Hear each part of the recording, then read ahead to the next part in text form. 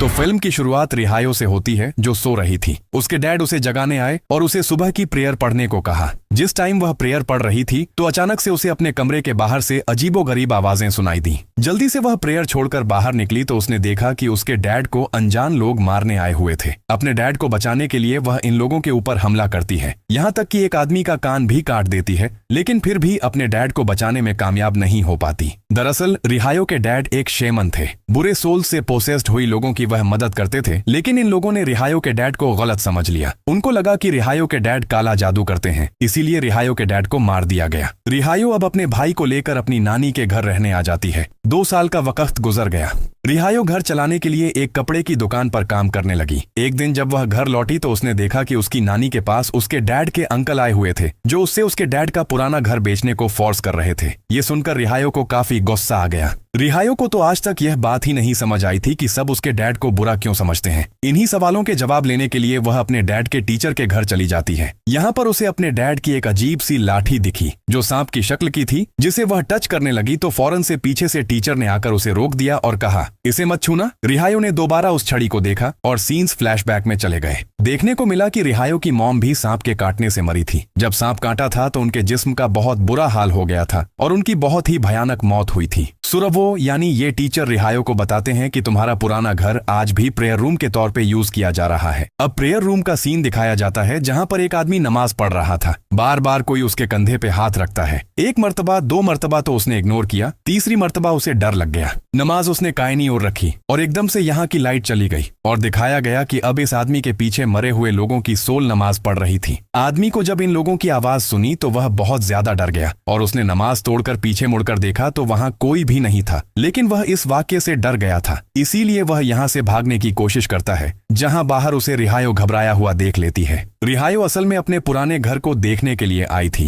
अब क्योंकि ये प्रेयर की जगह बन गई थी तो उसने प्रेयर पढ़ने का फैसला किया। उसके साथ भी यहाँ पर अजीबोगरीब काम होते हैं। एकदम से प्रेयर पढ़ते हुए लाइट चली जाती है और उसके इर्द गिर्द मरी हुई औरतों की सोल इकट्ठी होकर उसे देखकर चिल्लाने लग जाती हैं। रिहायो चीखते हुए यहाँ से जब बाहर जाने की कोशिश कर रही थी तो वह एक पर्दे में फंस गई और सीन्स यहीं से एक और मर्तबा फ्लैशबैक में चले गए। ये उस टाइम की बात है जब उसके डैड जिंदा थे और पोसेस्ड हुए लोगों की बॉडी से इविल एनर्जीज को निकालने का काम करते थे। रिहायो ने देखा था कि किस तरह उसके डैड ने इस आदमी की सारी इविल एनर्जी को अपने अंदर समा लिया और फिर उनके मुंह से एक सांप निकला जो उस पोसेस्ड हुए आदमी के अंदर चला गया। उस सांप ने मुंह के अंदर जाकर एक और सांप को बाहर निकाला और फिर उस सांप को मार डाला। अब वह वाला सांप जो उसके डैड की बॉडी से निकला था वह आकर रिहायो को डसने ही वाला था, लेकिन तभी उसके डैड ने उस सांप को पकड़कर एक छड़ी में बदल दिया। इन्हीं वह छड़ी जो हमने देखी थी वह असल में एक ताकतवर सांप था। उसके अंदर कुछ जादुई पावर्स हो सकती थी। सीन्स अब प्रेजेंट में आते हैं और दिखाया जाता है कि रिहायो डरकर वहां प्रेयर रूम से भाग निकली। सुबह होने पर सब कुछ रूटीन पे रहा। रिहायो काम करने के लिए अपनी शॉप पे चली गई। आज उसकी शॉप पर कस्टमर भी ज्यादा आए। ये देखकर उसकी साथ वाली शॉपकीपर उसे जेलस होकर उसे बुरा भला कहने लगी और उसकी कड़वी बातों से रिहायो को गुस्सा आ गया। उसकी आंखें बिल्कुल सफेद पड़ गईं और वह किसी बिल्ली की तरह उसे मारने के लिए झपटी।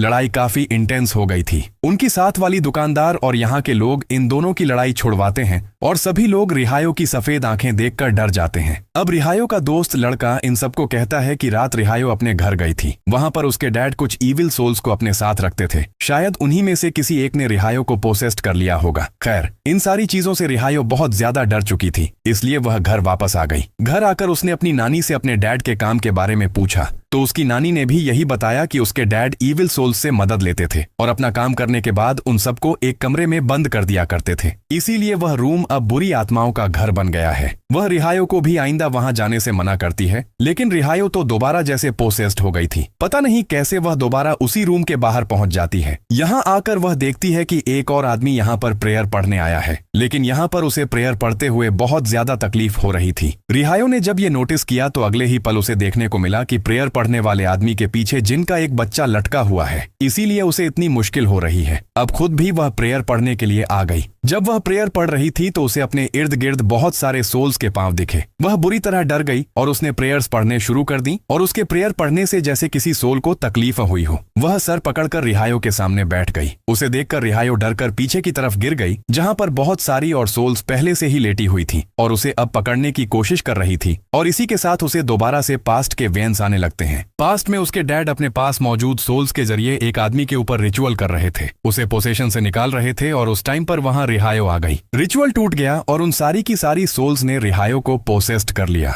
और यहाँ एक ट्विस्ट ये रिवील होता है कि रिहायो अभी नहीं बल्कि बचपन से ही उन इविल सोल्स से पोसेस्ड थी। खैर, वह अब दोबारा प्रेयर रूम में थी और वह भागकर प्रेयर रूम से अपने घर वापस आ जाती है। यानी सीन्स अब प्रेजेंट में आ चुके हैं, जहां अपनी नानी के पास आते ही उसने देखा कि सुबह उसने जिस लड़की को मारा था उसकी मॉम आकर उसे डांट रही थी। वह उसकी मॉम से माफी मांग लेती है और यहाँ उसकी नानी उसे सख्ती से कहते हैं कि मैंने मना किया था ना, तुम उस रूम में नहीं जाओगी। लेकिन रिहायो को नानी की यह बात बुरी लग गई थी। वह अब अपनी नानी से झगड़ा करके दोबारा प्रेयर रूम में जाकर नमाज पढ़ने लग जाती है, जहां पर इस मर्तबा उसे एक नया वियन नजर आता है। वह देखती है कि छोटी रिहायो को किसी सोल ने पोसेस्ड कर लिया था और छोटी रिहायो उस सोल की गोद में सो रही थी। इस मर्तबा भी डरकर वह जब इस रूम से बाहर निकलने की कोशिश करती है तो वह इस रूम से बाहर निकलने के बजाय सोल्स की दुनिया में पहुंच जाती है, जहां पर सारी सोल्स एकदम से उसके ऊपर हमला करने वाली थी। लेकिन उससे पहले ही किसी ने उसका हाथ खींचकर उसे बचा लिया। उसे जब होश आया तो वह अपने डैड के टीचर के घर पे थी और उसके साथ उसका दोस्त था। यहाँ पर सुरवो यानी उसके डैड के टीचर उसे बताते हैं कि बचपन में ही तुम्हें इन इविल सोल्स ने पोसेस्ड कर लिया था और तुम्हारा एग्जॉर्सिज्म करने के लिए यहाँ सिंतोत यानी तुम्हारे डैड के अंकल आए थे, लेकिन वह तुम्हारा एग्जॉर्सिज्म ठीक से नहीं कर पाए और जब तुम घर वापस लौटी तो तुमने खुद ही इन सारी सोल्स को बुला लिया। इसी वजह से उस दिन से लेकर अब तक रिहायो पूरी तरह से उन सोल्स के कब्जे में थी। सुरवो उसे बताते हैं कि तुम्हें अभी भी ठीक करने के लिए एग्जॉर्सिज्म करने की जरूरत है। दिन गुजरते रहते हैं और रिहायो की हालत दिन ब दिन और खराब होती जाती है। उसकी तबीयत भी बहुत ज्यादा बिगड़ने लगी थी और उसे अब जगह जगह बहुत सारी सोल्स दिखाई देती थी, यहाँ तक कि अपने काम की जगह पर भी।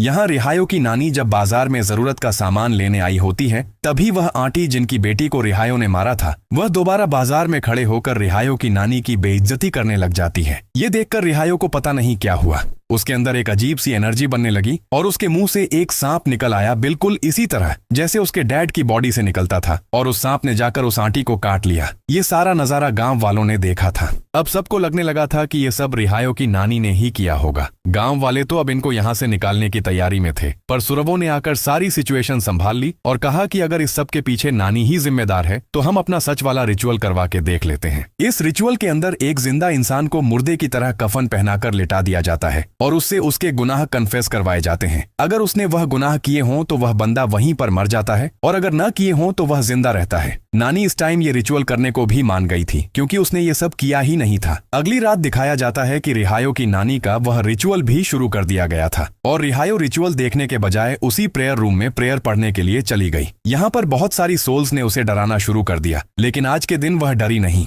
उल्टा उसने ही सोल्स को चीख कर डरा दिया क्योंकि वह भी बहुत ताकतवर बन गई थी। और यहाँ हमने नानी को देखा कि वह भी एक अलग ही सोल्स की दुनिया में चली गई, जहाँ जाकर वह बहुत ज्यादा डर गई। एक कमरे से दूसरे में, दूसरे से तीसरे में गई। उन्होंने एक कमरे में रिहायो को सोल्स के दरमियान बैठे हुए देखा। यह देखकर वह डर से जोर से चिल्लाती है और यहाँ रियल दुनिया में उन्हें होश आ जाता है। उनको जिंदा देखकर यह सब लोग जान गए थे कि वहाँ उस आंटी के जो मर्डर हुआ था उसके पीछे नानी का हाथ नहीं था। अब अपनी बेगुनाही साबित करने के बावजूद भी नानी बहुत ज्यादा डर चुकी थी। उसने गांव छोड़ने का फैसला कर दिया था। जाने से पहले वह रिहायो को बताती है कि प्रॉपर्टी मैं तुम्हारे डैड के अंकल सिंतोत के हवाले करके जा रही हूँ। सिंतोत का नाम सुनते ही दोबारा रिहायो को इतना ज्यादा गुस्सा आ गया कि उसकी आंखें काली पड़ गईं। उसे किसी ने पोसेस्ड कर लिया और उसने नानी को बताया कि मेरे डैड की मौत के पीछे कोई और नहीं बल्कि सिंतोत ही था। जिस आदमी ने मेरे डैड को मारने की कोशिश की थी उसे मैंने ही काटा था और अपने डैड के मरने के बाद मैंने उस आदमी को सिंतोत के साथ देखा था और गांव वालों को भी अंकल ने ही जमा किया था ताकि हमें हमारे घर से निकलना पड़े। वह अजीब सी आवाज में कहती है, सिंतोत ने ही हमारे डैड को मरवाया है। ये आवाज इतनी भयानक थी कि नानी को अपने कान बंद करने पड़े और यह सारी बात कहने के बाद रिहायो बेहोश हो गई। रिहायो को अब शाम में होश आया था। वह काम पे भी नहीं गई थी। होश में आते ही जब वह काम पे गई तो उसे बताया गया कि उसके लेट आने की वजह से उसे काम से निकाल दिया गया था। उसकी बची हुई सैलरी उसे देकर उसे यहाँ से चले जाने को कहा जाता है और रिहायो घर आकर फूट फूट के रोने लगती है। उसके रोने पर, दुखी होने पर उसके अंदर की पावर्स दोबारा से जाग जाती है और उसके अंदर से एक सांप निकलकर उसकी ऑनर को काट जाता है। जिससे उसकी ओनर की भी मौत हो गई थी। यहाँ रिहायो वाले वाकये के बाद नानी बुरी तरह डर चुकी थी। उन्हें कुछ समझ नहीं आ रहा था। उन्हें जगह जगह सांप के हेलुसिनेशंस हो रहे थे, यानी उन्हें जगह जगह सांप नजर आने लगे थे। जब रिहायो का भाई उनसे पानी मांगने आया तब भी उन्हें कुछ समझ नहीं आई। उन्होंने देखा कि एक सांप रिहायो के भाई को मारने वाला है। उन्होंने उस सांप को ही पकड़ लिया और जोर जोर से उस सांप को दीवार से मारकर उसे मारने लगी। वह रिहायो के भाई को बचाना चाह रही थी। रिहायो भी जब यहाँ आई तो उसने नानी को ऐसा करने से रोका, लेकिन नानी रुकी नहीं और एकदम से जब वह होश में आई तो पता चला कि उन्होंने किसी सांप को नहीं बल्कि रिहायो के भाई को ही मार डाला था। यानी हेलुसिनेशन की वजह से वह उस बच्चे को ही सांप समझने लगी थी और इस चीज का उसे बहुत ज्यादा दुख होता है। वह एक मर्डर कर चुकी थी। पहले एक मर्डर के इल्जाम में फंसी थी और अब तो उसने सच में मर्डर कर दिया था। उसकी दिमागी हालत भी ठीक नहीं रही थी, इसीलिए वह सुसाइड कर लेती है। नानी को मरा हुआ देखकर सदमे से अब रिहायो बेहोश हो गई थी। उसे जब होश आया तो वह अपने डैड के अंकल सिंतोत की कार में थी, जो उसे लेकर अपने घर जा रहे थे। यह देखने के बाद वह दोबारा बेहोश हो गई। दूसरी मर्तबा उसे होश आया सिनतोत के घर पर, जहाँ सिंतोत की वाइफ ने उसे देखा और प्यार से उसे समझाया कि बेटा, तुम जो सोच रही हो वह बिल्कुल गलत है। सिंतोत वैसे नहीं है जैसा तुम सोच रही हो। उसे तुम्हारे डैड की प्रॉपर्टी नहीं चाहिए। उसके पास तो खुद बहुत पैसा है। उसने अपने पैसों से एक इनकंटेशन स्कूल बनाया है जहां पर बच्चों को एग्जॉर्सिज्म सिखाया जाता है। वह रिहायो को यह भी समझाती हैं कि यहाँ पे जो कुछ भी हुआ, तुम्हारे डैड की मौत, नानी की मौत, इसका जिम्मेदार तुम खुद को न समझो। तुम्हारे से यह बुरी आत्माओं ने करवाया है। खैर, रात हो जाती है और सिंतोत की वाइफ अपने रूम में सोने चली जाती है। रात में उन्हें रिहायो का भाई ख्वाब में दिखाया जाता है, जिसने उसे बताया कि रिहायो उस प्रेयर रूम से कनेक्टेड है और अगर उसकी जान बचानी है तो उसका एग्जॉर्सिज्म करना जरूरी है और उसके एग्जॉर्सिज्म के लिए वह सांप वाली छड़ी जरूरी है जो उसके डैड के पावर से बनी है। सुबह होने पर सिंतोत वह छड़ी लेने के लिए उस प्रेयर रूम में चला जाता है। इस रूम में उस छड़ी को ढूंढते हुए उन्हें अजीब काले जादू की चीजें मिल जाती हैं, जिस पर कुछ इनकंटेशन पढ़ने पर सिंतोत को पता चल जाता है कि ये सारा का सारा किया कराया सुरवो का है, रिहायो के डैड के टीचर का। असल में रिहायो के डैड को मरवाने के पीछे सुरवो ने ही काला जादू किया था। ये जानकर अब सिंतोत उससे पूछता है, आखिर तुमने ऐसा क्यों किया?